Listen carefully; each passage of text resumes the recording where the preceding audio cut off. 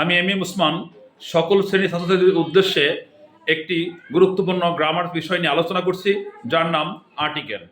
Article এর অর্থ পদাশ্রিত নির্দেশক, আর আর্টিকেলের কাজ হচ্ছে কোনো নাউনকে নির্দেশ করা। আর্টিকেলের কাজ কি? কোনো নাউনকে নির্দেশ করা। এবার নাউন কি? কোনো কিছুর নামকেই নাউন বলে। অন্যভাবে বলা যায় দুচোখে যা দেখা যায় তাই নাউন। অর্থাৎ আমরা চারদিকে দুচোখে সারা পৃথিবীতে যা দেখতে পাচ্ছি সবই নাউন। এখানে আছে সামনে টেবিল, টেবিল কি? নাউন। চেয়ার নাউন, বই নাউন, কলম নাউন। তাহলে আমরা বুঝতে পারতেছি কোনো কিছুর নামকেই নাউন বলে। আচ্ছা, আর আর্টিকেল অর্থ কি? পদাশ্রিত নির্দেশক। আর আর্টিকেলের কাজ কি? কোনো নাউনকে নির্দেশ করা।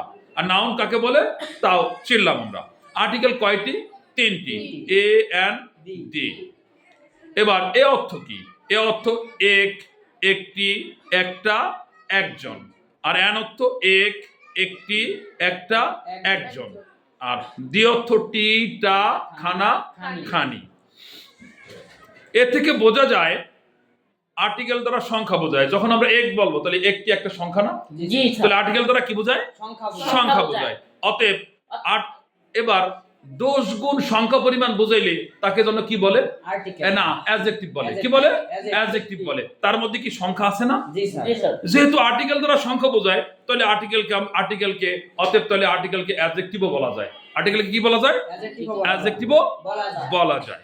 আচ্ছা, অ্যাডজেক্টিভের বৈশিষ্ট্য তো চারটি। বৈশিষ্ট্য কয়টি? চারটি। দোষ গুণ সংখ্যা পরিমাণ।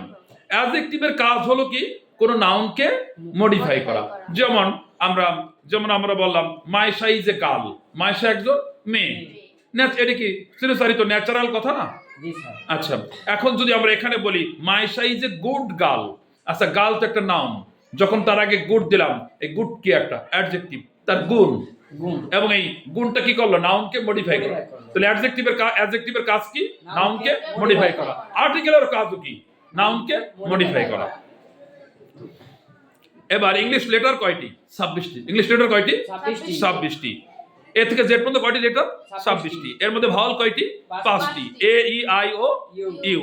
আচ্ছা, আর কনসোনান্ট কয়টি? তাহলে 21টি। এই 5টি বাদে বাকি বি সি ডি এফ এরকম আর 21টি যা আছে এগুলো কি? কনসোনান্ট। এবার সেমি ভাওয়াল দুইটি, ডব্লিউ এবং ওয়াই। ডব্লিউ এবং ওয়াই কে কি বলে? সেমি ভাওয়াল বলে। আচ্ছা, এখন সেমি ভাওয়াল দুইটি, এই দুইটার ব্যবহার আমরা জানবো। কেন এদের নাম সেমি ভাওয়াল হলো? এরা কখনো ভাওয়াল হয়, আবার কখনো কনসোনান্ট হয়। এর জন্য এদের নাম রাখা হয়েছে সেমি ভাওয়াল। এবার ওয়ার্ডের শুরুতে ডব্লিউ ওয়াই থাকলে কিসের কাজ করে? কনসোনান্টের কাজ করে। কিসের কাজ করে? কনসোনান্টের কাজ করে। যেমন ওয়ার্ক অর্থ কাজ করে, এখানে ডব্লিউ কোথায়? শুরুতে। ইয়ান অর্থ গল্প করে, এখানে ওয়াই কোথায়? শুরুতে। এখানে ডব্লিউ আর ওয়াই কি হিসাবে আছে? কনসোনান্ট হিসেবে আছে। যদি আমরা কোন ওয়ার্ডের মাঝে বা শেষে ডব্লিউ ওয়াই দেখতে পাই, তখন আমরা ভাববো ডব্লিউ ওয়াই কি হিসাবে আছে? ভাওয়াল হিসেবে আছে। কি হিসেবে আছে? ভাওয়াল হিসেবে আছে। যেমন অ্যাওয়েট অর্থ প্রতীক্ষা করা, এখানে অ্যাওয়েট ডব্লিউ কোথায়? মাঝে। অ্যালাউ অর্থ কি? অনুমতি দেওয়া, মানে ডব্লিউ কোথায়? শেষে। অ্যানালাইজ, এখানে ওয়াই কোথায়? মাঝে। এবার ফ্লাই, ওয়াই কোথায়? শেষে। তাহলে আমরা পাইলাম ডব্লিউ এবং ওয়াই যদি মাঝে থাকে, তখন আমরা ডব্লিউ এবং ওয়াই কে কি মনে করব? ভাওয়াল মনে করব। সে ভাওয়ালের কাজ করেছে। আর ডব্লিউ আর ওয়াই যদি শুরুতে থাকে, তাহলে তখন আমরা সেটাকে কি মনে করব? সে কনসোনান্টের কাজ করেছে। আর্টিকেল বসানোর কৌশল: শূন্যস্থানের পরে এবং পরবর্তী শূন্যস্থানের পূর্ব পর্যন্ত কোন নাউন থাকলে আর্টিকেল বসবে। আচ্ছা, এবার এর ব্যবহার। শূন্যস্থানের পরে যে ওয়ার্ডটা থাকবে, পরের ওয়ার্ডটি বাংলায় উচ্চারণ করতে হবে। উচ্চারণ করার পর যদি ব্যঞ্জন বর্ণ কয়টি যেন? 39টি। এর যে কোনো একটি প্রথমে এসে যায়, তাহলে কি বসবে? এ বসবে। কি বসবে? এ বসবে। যেমন আই বট এ পেন। আচ্ছা, এখানে আই বট এ পেন যখন বলেছি, আই বট এ পেন। আচ্ছা, এখানে এ কেন বসালাম? পেন যখন বললাম, পেন প্রথমে কি? প কি বর্ণ? ব্যঞ্জন বর্ণ। তাহলে শূন্যস্থানের পরে যে ওয়ার্ডটি থাকবে, ওই ওয়ার্ডটি উচ্চারণ করতে যদি প্রথমেই মুখে ব্যঞ্জন বর্ণ 39টির কোনো একটি এসে যায়, তাহলে কি বসাবো? এ বসাবো। এবার এর আরো দুটি ব্যতিক্রম ব্যবহার রয়েছে, সে দুটো কি আমরা জানবো। প্রথমে ভাওয়েল আছে ইউ। ইউ কি ভাওয়েল না? ইউ। তবে এর উচ্চারণ যদি আবার ইউ এর মতো হয়, কার মতো হয়? ইউ এর মতো হয়, তখন এ বসবে। তখন কি বসবে? এ বসবে। যেমন হি ইজ ড্যাশ ইউরোপিয়ান। আচ্ছা, ইউরোপিয়ান যখন বললাম প্রথমে কিন্তু ই আছে, কিন্তু উচ্চারণ হলো কার মতো? ইউ এর মতো। এই জন্য এখানে he is a European. He is a university student. এই ইউনিভার্সিটির আগে কেন এ বসলো? ইউনিভার্সিটি। ইউর উচ্চারণ কার মতো হয়েছে? ইউ এর মতো হয়েছে। এবার আসি, ভাওয়েল ও এর উচ্চারণ যদি ওয়াই এর মতো হয়, ও এর উচ্চারণ কার মতো হয়? ওয়াই এর মতো হয়, তাহলে কিন্তু এ বসবে। তাহলে কি বসবে? এ বসবে। যেমন I saw dash one eyed man. আচ্ছা, এখানে ওয়ান যখন বললাম ওর উচ্চারণ কার মতো হলো? ওয়ার মতো হলো। এই জন্য এখানে কি হবে? এ হবে। অ্যান এর ব্যবহার, শূন্যস্থানের পরের ওয়ার্ডটি বাংলায় উচ্চারণ করতে হবে। উচ্চারণ করার পর যদি সর্বর্ণ 11টির কোন যে কোনো একটি প্রথমে এসে যায়, তাহলে কি বসবে? অ্যান বসবে। সর্বর্ণ কয়টি? 11টি। যেমন English is dash international language. আচ্ছা, এখন আমরা বললাম ইন্টারন্যাশনাল ল্যাঙ্গুয়েজ।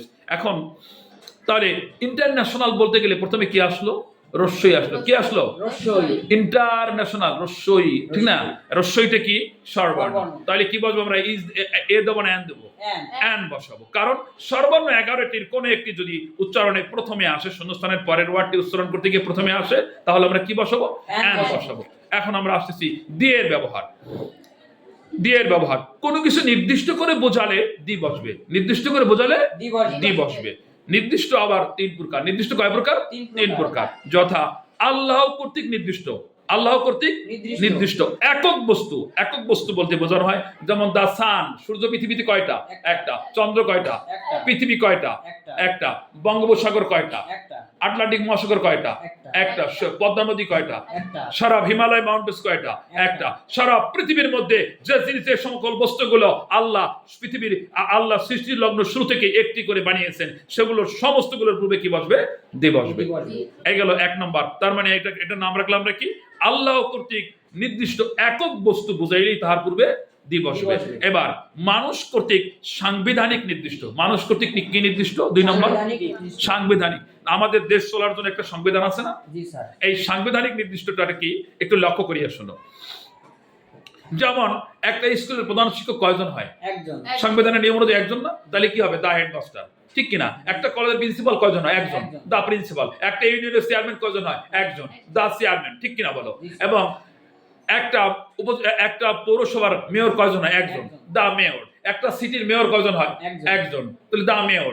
আচ্ছা, দা সিটি মেয়র। আচ্ছা, এখন একটা দেশের প্রাইম মিনিস্টার কয়জন হয়? একজন, তাহলে কি হবে?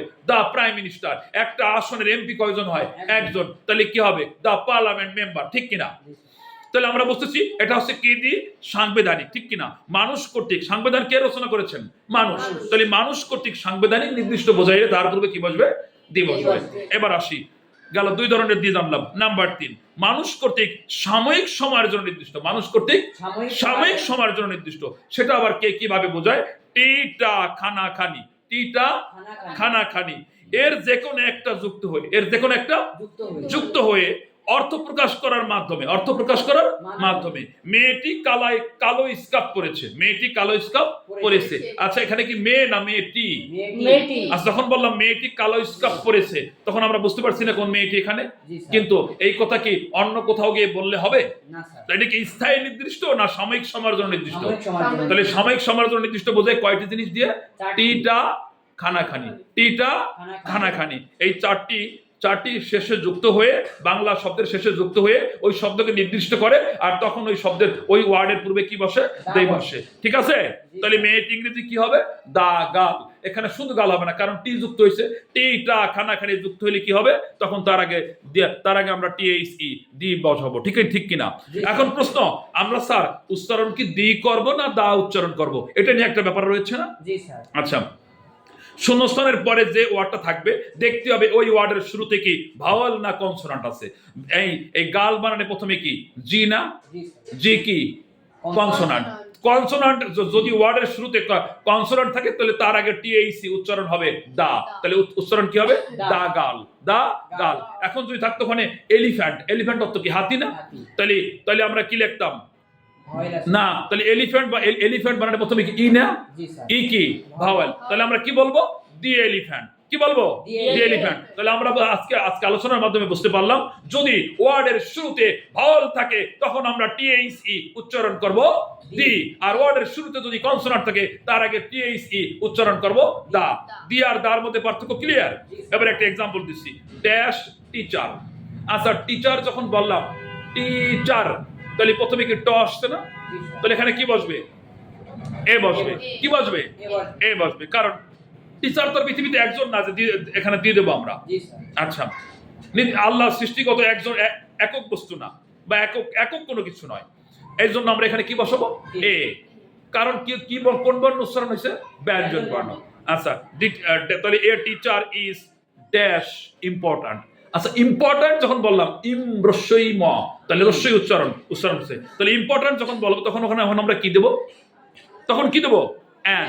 কারণ কোন বর্ণ আসছে? স্বরবর্ণ।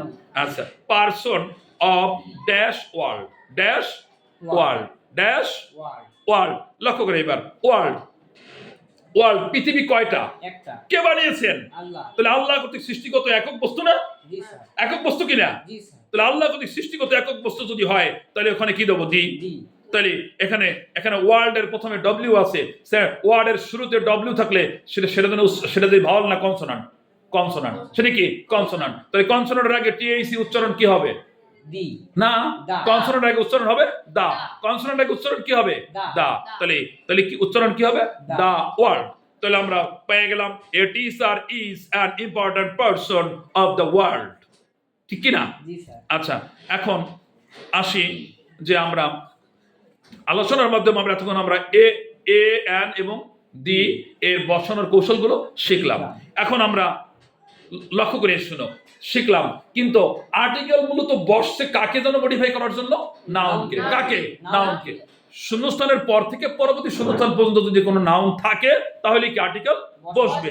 এবার প্রশ্ন, যদি শূন্যস্থানের পরের থেকে শুরু করে পরবর্তী শূন্যস্থান পর্যন্ত যদি কোনো নাউন না থাকে তাহলে আর্টিকেল বসবে না। আর্টিকেল বসবে না। তখন কি বসাবো? তখন আমরা বসাবো ক্রস। তখন কি বসাবো? ক্রস। তার মানে আর্টিকেলের কাজ কি? নাউনকে মডিফাই করা। নাউনও নাই, আর্টিকেলও নাই, তখন বসাবো ক্রস। একটা উদাহরণ দিয়ে দেখো, he is dash corrupted man. আচ্ছা, এখানে ম্যান, ম্যান কিন্তু নাউন, নাউন আছে, তাহলে করাপ্টেড ক উচ্চারণ হয়েছে না? তাহলে এখানে কি বসাবো? এ। কি বসাবো? বসালাম এ। হি ইজ এ, এখানে এ করাপ্টেড ম্যান, যেহেতু শূন্যস্থানের পরে কি আছে? নাউন আছে, full stop. So he is dash bad. আচ্ছা, ব্যাড অর্থ কি? খারাপ। তাহলে কি অ্যাডজেক্টিভ না? জি স্যার। কিন্তু এরপরে কি নাই? নাউন নাই। তাহলে এখানে ব্যাডের আগে কি দেবো? ক্রস। ব্যাডের আগে কি দেবো? ক্রস। ব্যাডের আগে কি দেবো? ক্রস। কেন ক্রস দিলাম? কারণ ওর পরে কি নাই? নাউন নাই। এবার আমরা আরেকটা সুন্দর ছোট্ট একটি গল্পের মাধ্যমে মনে রাখি। আচ্ছা, যদি কোথাও কেউ বরযাত্রীতে যায়, কিসে? বরযাত্রীতে যায়। আচ্ছা, বরযাত্রী মানে কি? আচ্ছা, যে বিয়ে করার উদ্দেশ্যে যাচ্ছে তার সঙ্গে যারা যাচ্ছে, বরের সঙ্গে যারা যাচ্ছে তারা হচ্ছে বর যাত্রী। আর যে যার জন্য বিয়ের আজকে আয়োজন, ওই ব্যক্তি হচ্ছে, ও হচ্ছে কি? সে হচ্ছে বর। আচ্ছা, অর্ধেক পথে যাওয়ার পরে যদি বর বলে যে আমার ভালো লাগতেছে না, আমি 4-5 ঘন্টা পরে যাবো না, তোমরা যাও। আচ্ছা, তারা যদি দুপুর বেলাতে এসে মেয়ে পক্ষের বাড়ি যে পৌঁছায়, তাতে কি মেয়ে পক্ষের কেউ তাদের খাইতে দেবে? না। দেবে না। তাহলে বর হচ্ছে কে? নাউন। বর হচ্ছে কে? বর আগে থাকে না যাত্রী আগে থাকে? তাহলে শূন্যস্থানের পরে আগে কি নাউন থাকবে না আর্টিকেল আগে থাকবে? নাউন থাকবে। তাহলে শূন্যস্থানের পরে কে থাকবে? নাউন। তাহলে আমরা বুঝতেছি এ এন্ড ডি এরা হচ্ছে কি? যাত্রী, বর যাত্রী। এরা হচ্ছে কি? বর যাত্রী। আর বর হচ্ছে কে? নাউন। যখন শূন্যস্থানের পরে বর নাই তখন কি? যাত্রীদের খাবার নাই। যাত্রীদের কি নাই? খাবার নাই। তার মানে মায়ের খাইছে, ক্রস। কি খাইছে? বর ছাড়া গেছে। বুঝতে পারছো ব্যাপার? আর যখন বর আছে তখন কি বসেছে? তখন আর্টিকেল বসেছে, তার মানে খাবার আছে। এই বলেই আর্টিকেলের আলোচনা এখানে শেষ করলাম। আল্লাহ হাফেজ।